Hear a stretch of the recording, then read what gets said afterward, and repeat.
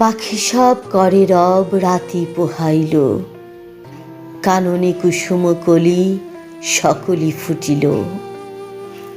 কবেকার পাঠশালায় পড়া মন্ত্রের মতো সেই সুর, সুর নয় স্মৃতির মধুভাণ্ডার।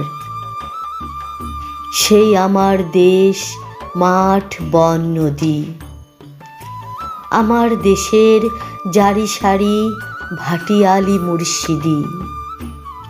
আরও কত সুরের সাথে মিশে আছে আমার মায়ের মুখ, আমার মায়ের গাওয়া কত না গানের কলি। বিন্নি ধানের মাঠের ধারে হঠাৎ কয়েকটি গুলির আওয়াজ, কয়েকটি পাখির গান শেষ না হতেই তারা ঝরে গেল, পড়ে গেল মাটিতে। সেই শোকে কালবৈশাখীর ঝড় উঠল আকাশে। মাঠ কাঁপালো, ঘাট কাঁপালো, বাট কাঁপালো, হাট কাঁপালো, বন কাঁপালো, শন কাঁপালো। ইতিহাস থমকে দাঁড়িয়ে লিখে নিল সব।